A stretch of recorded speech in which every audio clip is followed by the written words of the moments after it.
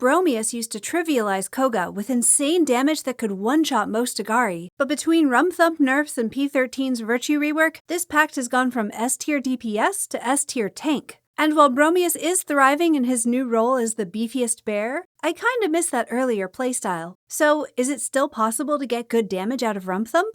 Actually, yes, and I'm gonna show you how. Bromius is a pact you can craft with 2 Volcanae after completing the Waste Bear Fable. The 3 Arcanics you get with Bromius are Rumpthump, Wevetroot, and Song of Growth.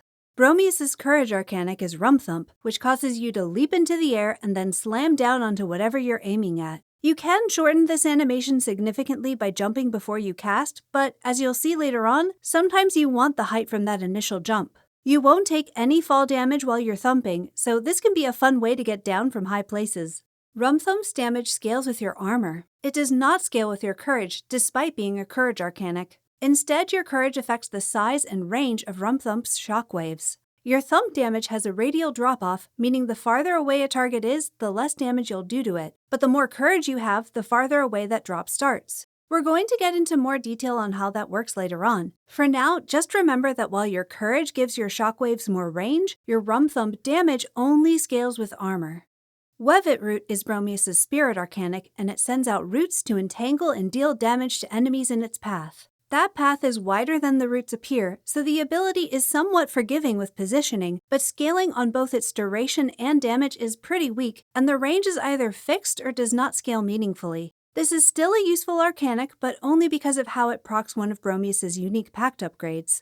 But before we can talk about that, we need to talk about Song of Growth. This is Bromius' Grace ability, and it will boost your armor. Both the strength of that boost and its duration scale with Grace, and that scaling is very significant. Song of Growth is now by far Bromius' strongest ability. On a full Grace build with Song up, even Koga Agari will barely scratch you, and your Rumpthump will deal more damage since it scales with armor. So obviously we're going to want lots of Grace in our builds. Bromius' unique Pact Upgrades are Canopy's Blessing and Barkbare. Canopy's Blessing causes you to reflect some of the damage mitigated by your armor back at attackers. Unfortunately, this reflected damage then gets mitigated by enemy armor, which means even at max rank, most of the time it just deals 1 damage. Anything that hits you hard enough to generate meaningful reflected damage is something you want to kill way before the passive has a chance to proc. I guess it's nice to have that help when you need to kill things quickly, but there are other much more valuable Pact Upgrades to invest in. That said, it is still worth having 1 point in Canopy's Blessing, because even hits for only 1 damage will still proc Barkbare.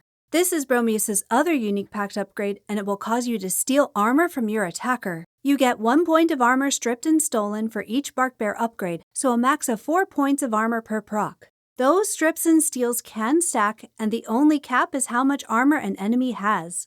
Barkbare is delightfully easy to proc. Anything that deals any amount of damage can activate it. This includes reflected damage from Canopy's Blessing, dot ticks from Wevetroot, splash damage from rat totems, rune procs, and splintering arrows.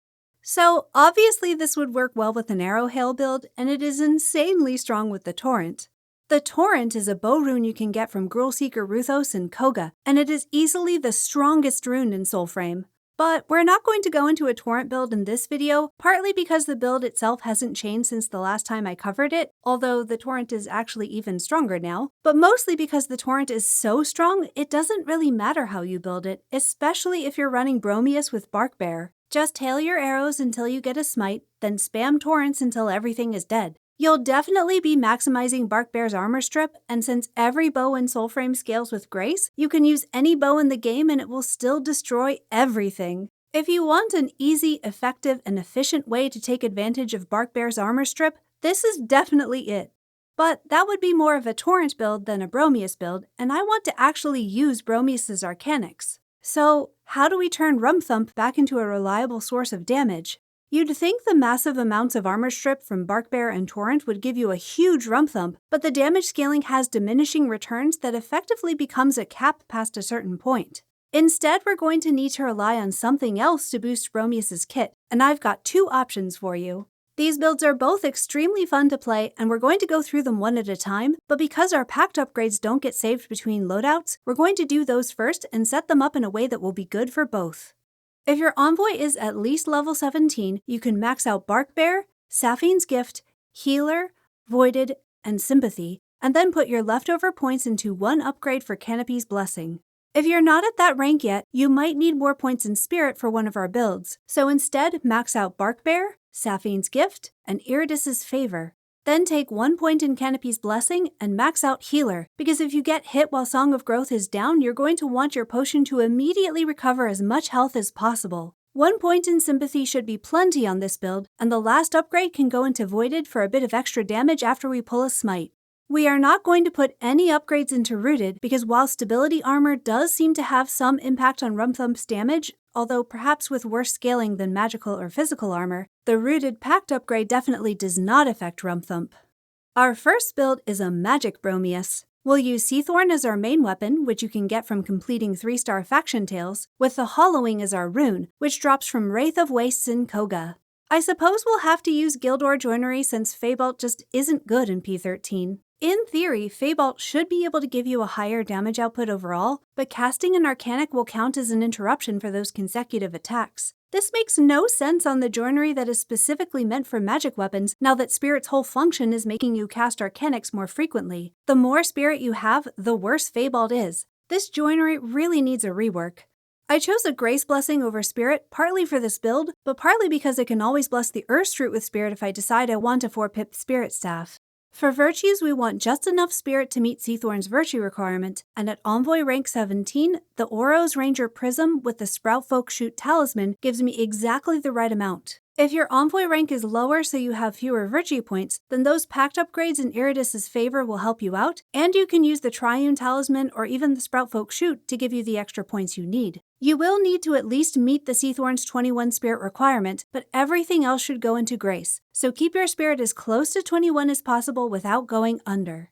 For totems on our Seathorn, we want the Buoyant in Defense for the biggest armor boost we can get in this slot, and then either the Buoyant or the Spirited in Utility for increased smite chance. In attack, we'll put the Creator for armor strip and the Spirited for attack speed.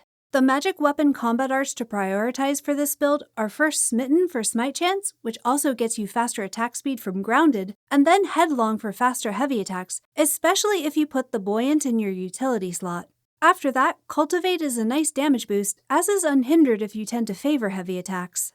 For our sidearm, we're going to use Precklies, both because it has no courage requirement and because it has the highest smite chance of our 3 Flyblade options. We use Gildor Joinery because the other option is Quicksilver, which does not make any more sense now than it did when I covered it in my Joinery Part 2 video back in P10. Hopefully we get some joinery changes soon, because I really like our new system for Blessed Joinery, but joinery tiers have less value than ever in P13, and some of the stat choices are a bit awkward. Either rune can work for our Flyblade since they both give the extra defense slot, and we'll use the Clever and the Regal totems, which will contribute to our Rumpthump damage. Then I like to use the Messenger and Utility for Smite. You can use the Ambling, but I don't find the small relative increase in smite chance to be worth the extra hassle of hitting that perfect throw window, especially since you'll get no increased smite chance at all if you miss the window. Flyblades proc smite plenty often with the Messenger, so in my opinion, the Ambling is just not necessary. And in our attack slot, we'll use the Clever for extra Barkbare procs. The Flyblade's combat arts to prioritize are Smitten and Twist of Luck to maximize our smite chance. And finally, for armor, we're going to use the Mockery armor set, which drops from Thrice-Bound Impid. To use this build, you want to precast Song of Growth, proc Smite with either your Orbiting Flyblades or a staff attack, pull Smite with your Seathorn out so you can activate the Hollowing, tag a few enemies, and then Rumpthump on something that's glowing. The resulting explosion of damage is deeply satisfying and makes you feel like your Rumpthump still deals plenty of damage, even though the Hollowing does a lot of the heavy lifting here. Throw out a Wevetroot every now and then for extra Barkbare procs if you need, and all your armor strip should make even extended boss fights extremely manageable with just your weapon damage. Normally the Hollowing is a bit tricky to set up for really satisfying explosions, but it synergizes so well with Rumpthump, and Song of Growth gives you enough armor to just stand in the middle of enemies and do what you need to do to set it all up. This may not clear fights as fast as the Torrent, but it is so much fun. Definitely my favorite Bromius build right now. But let's say we want to go all in on just Rumpthump damage. P13 logic would have us go full Courage, but since only the Shockwave scales with Courage, that won't help us get more damage. Instead, we want to go full Grace for 3 reasons. The first is obviously the armor buff from Song of Growth, but the second is the grace multiplier against unaware enemies because we are going to use the Flit Smoke.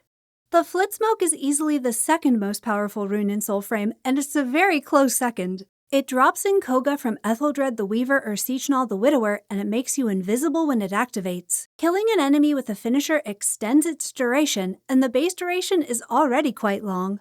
There are so many ways to take advantage of this rune, like using Ode Tempest's Gravitate to turn yourself into ash and warp from one finisher to the next, but on Bromius we're going to use it to boost our Rumpthump because Pact Arcanics can benefit from grace multipliers. We'll use the Sapphine Shadow Prism and Bloomin' Bodkin Talisman to maximize our grace, Orengal's armor set for excellent defense ratings, and the same Precklies build on our sidearm to proc Smite and Barkbare.